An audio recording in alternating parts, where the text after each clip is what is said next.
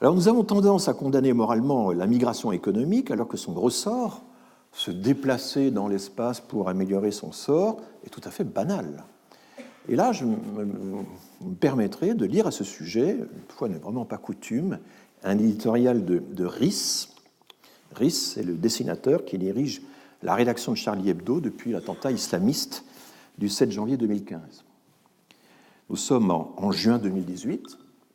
Le ministre de l'Intérieur, Gérard Collomb, dans une déclaration au Sénat, vient de déplorer la tendance qu'auraient les migrants de certains pays à choisir la France par pur calcul, en fonction du benchmarking. Vous vous souvenez peut-être de cette déclaration, c'est-à-dire du palmarès international des ressources sociales et juridiques qu'offrirait notre pays par rapport à d'autres pays.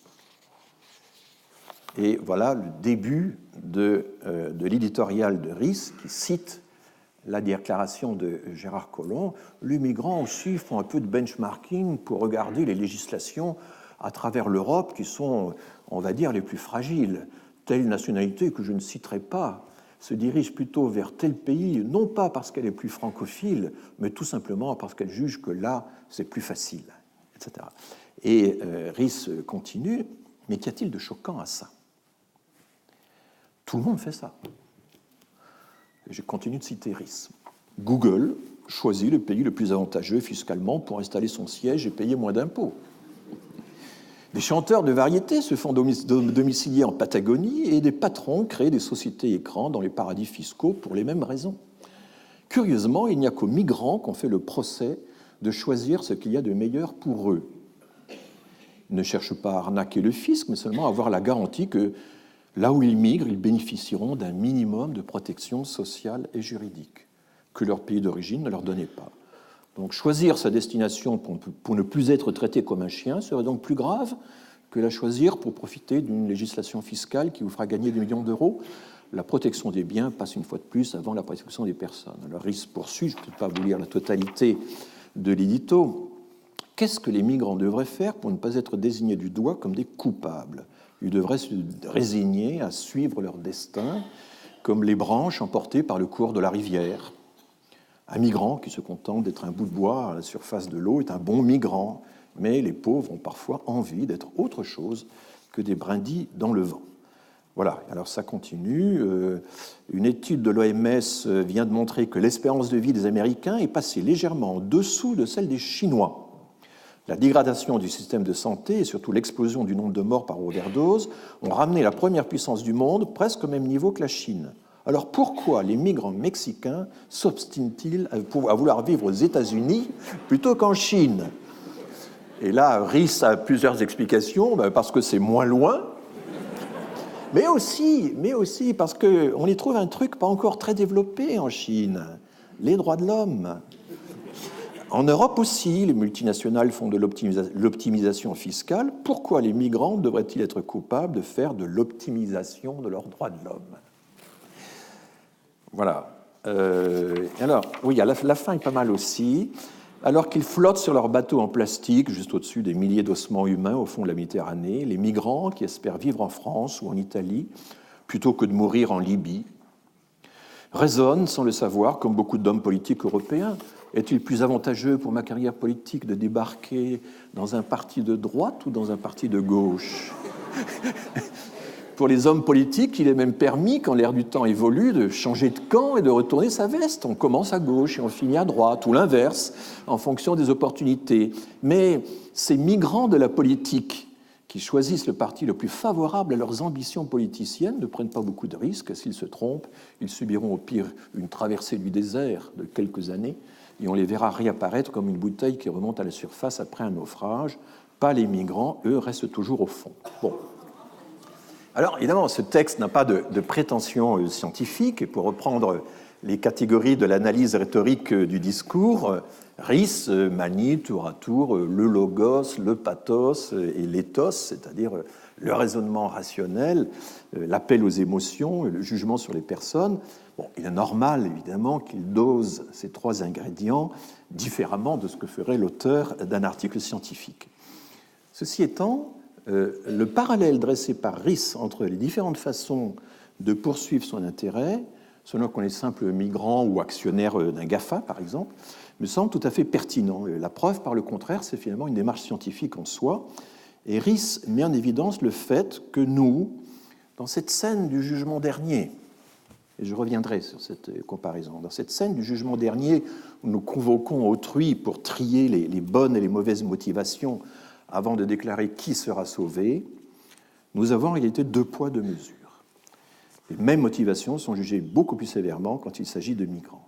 Et alors, détail savoureux, depuis la publication de cet éditorial, le ministre en question, grand calculateur devant l'Éternel, a effectué une spectaculaire migration, une migration de retour vers sa bonne ville de Lyon, et serait-il exagéré de conclure qu'il a intégré dans sa décision quelques éléments de benchmarking électoral.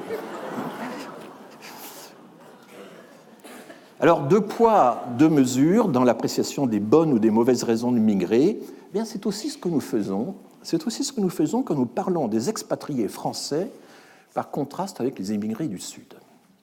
Et là, c'est François Gemène, le politiste belge spécialiste des questions de migration et d'environnement, qui a récemment attiré mon attention sur ce point. On se retrouvait tous les deux dans un colloque à l'Académie royale de Belgique, et j'étais très frappé par... La télévision française, explique Gemène, et on peut étendre ça à YouTube, nous propose régulièrement des reportages sur les Français expatriés à l'étranger. Et de fait, si vous faites une recherche rapide sur Internet, eh bien, vous trouvez très vite une longue liste de reportages qui ont été diffusés sur TF1, France Télévisions, d'autres médias. Et voici quelques titres d'émissions récentes que j'ai pu relever qui célèbrent les expatriés dans les médias français. C'est juste un florilège, on pourrait allonger la liste. Génération expat, ils ont osé l'aventure. Expatriés, une nouvelle vie. Ils sont jeunes et ils ont quitté la France. Ces Français du bout du monde, si heureux d'avoir quitté la France. Ces Français qui plaquent tout pour partir à l'étranger. La vie rêvée des Français à Sydney. Changer de vie, ces Français qui ont réalisé leurs rêves. Je vous cite textuellement le titre des émissions. Là-bas, tout est possible. Colombie, nouvel Eldorado des Français. La Nouvelle-Zélande, nouvel Eldorado des Français, des jeunes Français. Vous voyez, nous sommes partagés, déchirés entre plusieurs Eldorados aux 2 bouts de la planète. Vous voyez, c'est quand même très, très, très intéressant. Ce florilège est révélateur. Je rappelle que parallèlement à ces documentaires, il y a un salon qui se tient chaque année sur le thème « S'expatrier, mode d'emploi ». Et Pôle emploi de son côté invite les jeunes à postuler dans la section Mobilité internationale que vous trouverez très aisément sur leur site. On parle de migration de travail pour les immigrés installés chez nous, mais d'emploi international pour le français qui émigre. Mais soyons clairs, en bon français, en bonne démographie, expatrié, bien expatrié, c'est un euphémisme pour émigrer, ni plus ni moins. Français vivant à l'étranger a le même sens.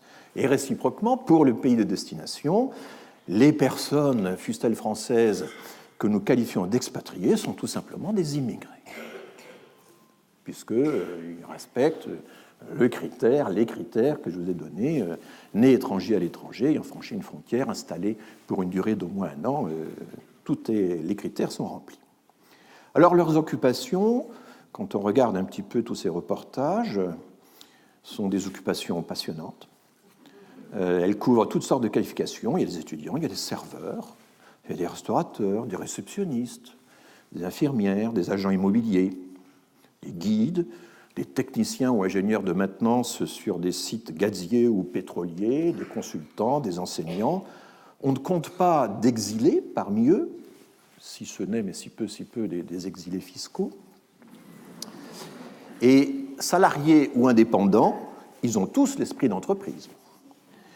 Les commentaires de ces émissions valorisent le fait même de changer de pays, de changer de vie, d'aller voir ailleurs, sans qu'il soit besoin d'ajouter plus noble motivation. Ça suffit. Audrey Le Noël, qui étudie l'émigration depuis le Sénégal, me rapporte les mêmes discours. Le migrant économique n'est pas un individu investi dans la recherche cynique de son profit personnel, c'est un aventurier.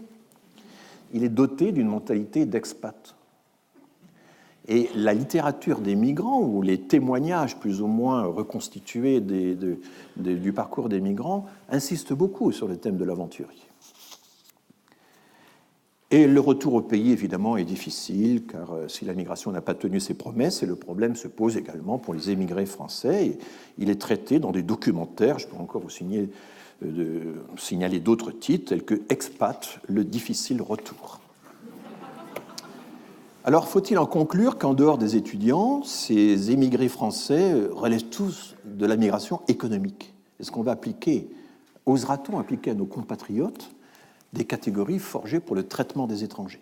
Eh bien, nous l'acceptons très difficilement, comme le montrent les sites privés spécialisés qui ont mené leur petite enquête sur les motifs de l'expatriation. On n'y retrouve pas vraiment les catégories des titres de séjour délivrés par les préfectures. Vous voyez cet exemple qui est tiré d'un bloc d'information répondant au doux nom de Viking. Et il nous livre le top 5 des motivations de départ des Français à l'étranger. Alors, vous avez 34% opportunités professionnelles, 30% amour, 29% intérêt culturel, 29% qualité de vie, 25% avoir une expérience professionnelle à l'étranger. Donc, vous imaginez les préfectures françaises délivrant à des étrangers candidats au séjour des visas d'amour, des visas estampillés qualité de vie. Quel est le motif de votre séjour en France? Je cherche à améliorer ma qualité de vie. Ah ben très bien, veuillez cocher cette case, ce sera le guichet numéro 4. Bon, cessons de rêver et traduisons ces formules dans le langage des guichets. La recherche d'opportunités professionnelles, c'est une migration de travail. L'amour, ça m'a tout l'air d'être une sous-catégorie de regroupement familial. Le rapprochement de conjoints, mariés ou non, peu importe, avec certificat du maire attestant la réalité de la vie maritale. Intérêt culturel, vous voulez dire études supérieures en France, migration de formation. Il n'est pas prévu dans la nomenclature officielle des motifs qu'on puisse migrer en France parce qu'on aime la France. Qualité de vie, ça sent la migration de confort. Ça sent le tourisme social tant redouté des Britanniques, c'est-à-dire le fait de choisir le pays le plus offrant en matière de protection sociale, à moins que ce ne soit une demande de séjour humanitaire pour raison de santé, ou alors une première percée de la migration climatique. Il va falloir clarifier tout ça. Quant à l'idée de migrer pour se prévaloir d'une expérience professionnelle à l'étranger, c'est très honorable en apparence, ça renvoie à la théorie de la migration comme forme d'investissement en capital humain. Enfin, ne soyons pas dupes, vous aurez beau invoquer les mannes de Gary Becker, votre projet nous ramène au premier cas de figure, la migration de travail. Enfin, objecterez-vous, ce ne sont pas des immigrés quelconques, ce sont des Français. On n'allait tout de même pas leur appliquer le traitement standard. Et le nom du site où j'ai trouvé ce baromètre des motivations des expatriés est en soi révélateur, Viking. Vous savez, les Vikings, vous en souvenez peut-être, c'est ce peuple qui s'adonnait jadis au doux commerce des fourrures dans l'Europe du Nord, et puis qui soudainement, comme les Acridiens, se sont métamorphosés, sans qu'on sache trop pourquoi, en guerriers redoutables. Ils ont poussé les raids sur toutes les côtes européennes, ils sont allés jusqu'à Paris, jusqu'à Constantinople. Et c'est le type même de la migration économique venue piller nos trésors. Mais à tout péché et miséricorde, il suffit d'évoquer l'esprit d'aventure, l'esprit de conquête, pour jeter un voile sur ce passé sordide et le glorifier. Et puis, c'est dans tous les manuels d'histoire, nous avons fini par amadouer les Vikings en 911. Rollon, ancêtre des ducs de Normandie, a fini par signer avec le roi de France un accord d'accueil et d'intégration, un contrat d'accueil et d'intégration. Et c'est ainsi que les Vikings sont devenus des Normands. Il y en a peut-être dans cette salle.